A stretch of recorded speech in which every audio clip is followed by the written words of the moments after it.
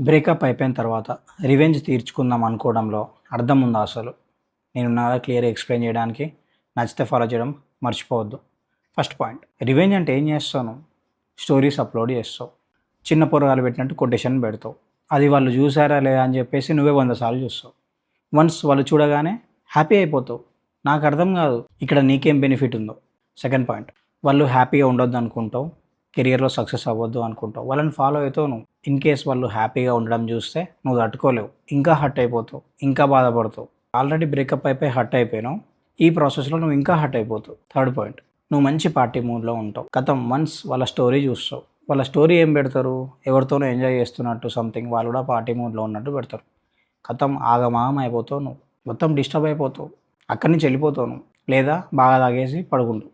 And final point, breakup అయిన దానికంటే revenge తీర్చుకుందాం అనే ఆలోచనలో పడిపోయి నువ్వు ఇంకా ఎక్కువ హర్ట్ అయిపోతావు.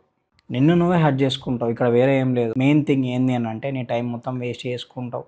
డీపీ చేంజ్ చేశారా లేదా, లాస్ట్ సీన్ ఎప్పుడు ఉంది, ట్రూ కాలర్లో కూడా లాస్ట్ సీన్ చూస్తావు. నువ్వు వాళ్ళని ఫాలో అయినా కాకపోయినా వాళ్ళు సేమే ఉంటారు. అందుకనే చెప్తున్నా, రివెంజ్, తొక్కాతోలు ఇవన్నీ వేస్ట్ ఆఫ్ టైం. రియాలిటీని యాక్సెప్ట్ చేయాలి, బయటికి రావాలి. దీనికి కావాలి అసలైన ధైర్యం. అది నీకుంటే ఓకే, సర్వైవ్ అవుతావు.